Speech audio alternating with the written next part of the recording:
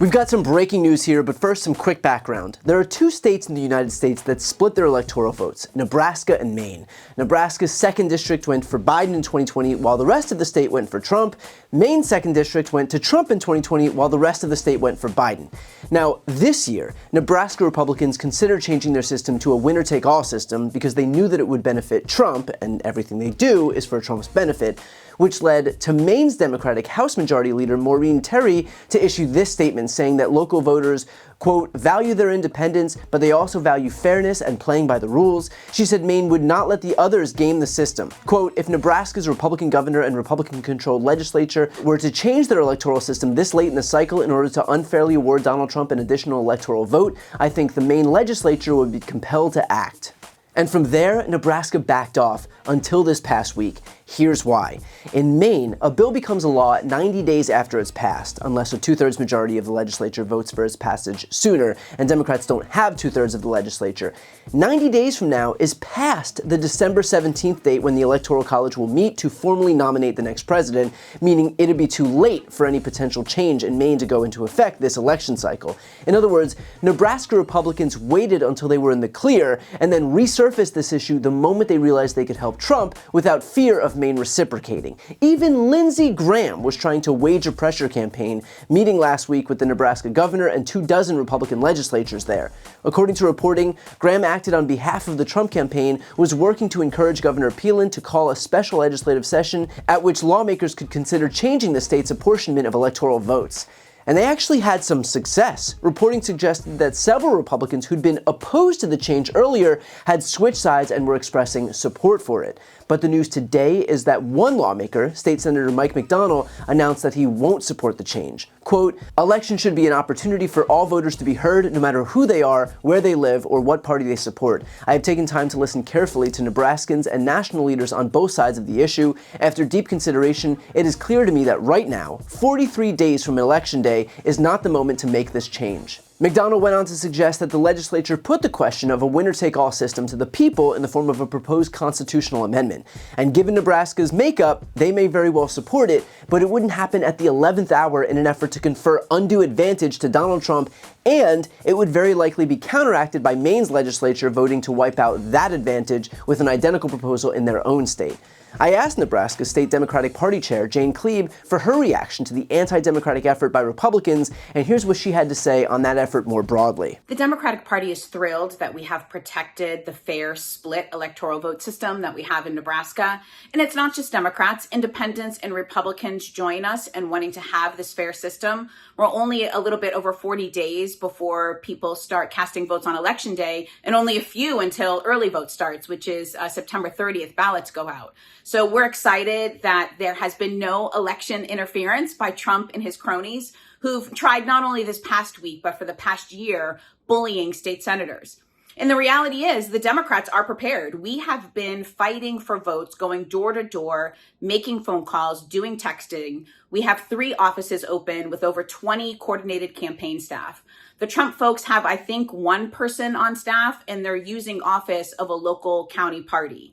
And so when you compare both campaigns and the kind of not only the election integrity that we're putting forward, but the actual excitement on the ground, you don't see red dots all over Omaha. You see homemade blue dots and all the beautiful Harris Wall signs. So we're excited. We have the momentum, but we know this is going to take a lot of hard work because this is a close race, not just for Kamala Harris and Tim Walz, but for all the down ballot candidates that we're going to get over the finish line, including Tony Vargas in the 2nd congressional district race and all of our strong legislative candidates. And here's her response to State Senator McDonald's decision not to bend to the will of Trump and his mouthpieces. We knew Senator McDonald in particular was under a tremendous amount of pressure, not only from former President Trump himself, but all of the cronies that are around him. And he stood strong. He stood that pressure and made the best decision for the 2nd congressional district. And we have a lot of respect for Senator McDonald. We are obviously on different sides of some key issues, including choice. But the reality is he's always very clear with voters where he stands. And he did listen to both sides this past week.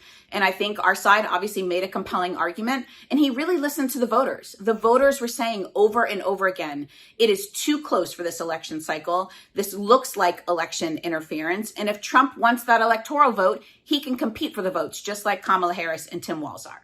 And I've got to say, it really is ironic that while Donald Trump posts his ranting screeds like this one, the Democrats are talking about how they're working so hard to get millions of votes from Americans living overseas. Actually, they are getting ready to cheat. Republicans must act to stop them from stealing our military votes. Watch. Remember, if you're voting illegally, you're going to jail. While Trump posts ranting, unhinged screeds like that, in fact, it is him, his campaign, his mouthpieces that are working behind the scenes to give themselves unfair advantage at the 11th hour. There are no Democrats looking to change the Electoral College allocation fewer than 2 months before the election, but Republicans, you better believe it. They are doing it right now because the goal is never transparency or fairness. It is just giving dear leader Trump any advantage humanly possible, all the while putting themselves into the fetal position and whining about how the left is cheating. The story is as old as it is predictable. And of course, all of this underscores just how aggressively anti-democratic the Electoral College system in and of itself actually is. Here's Mother Jones reporter Ari Berman discussing the prospect of actually moving to a more democratic one-person, one-vote system. Talk about the National Popular Vote Interstate Compact and whether you think that it being enacted is actually a viable outcome. So that's basically an end round in terms of getting rid of the Electoral College, because there's two ways to get rid of the Electoral College. You can do it through constitutional amendment, which is really hard because you need 2/3 of the Congress and 3/4 of the states, or you can have states that equal 270 electoral votes, which is what you need for a majority, to basically pledge that they're going to appoint their Electoral College winner based on the popular vote. I think this is promising because right now they're at 209 electoral votes. So if they get to 270, this could go into effect. Now it's going to be challenged before the Supreme Court. Who knows what will happen? I'm sure the right wing will absolutely freak out. But the point is, that's a lot more viable. Getting 61 electoral votes to get to 270 is a lot more viable than a constitutional amendment. So I think at the very least, it's something that we should be talking more about. And there are states like Michigan that have Democratic majorities that haven't done this yet that could potentially get closer to that 270 number.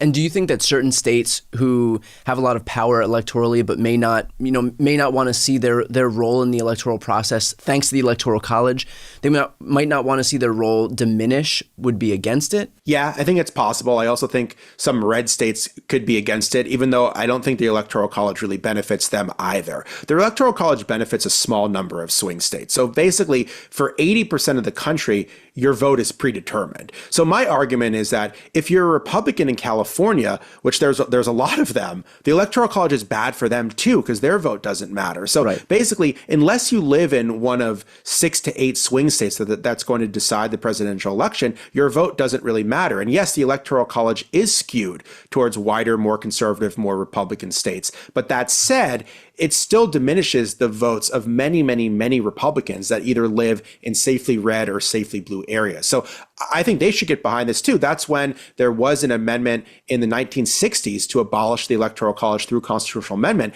It was supported amazingly by Richard Nixon and Lyndon Johnson and the AFL-CIO and the Chamber of Commerce, because there was such broad agreement this was bad for America.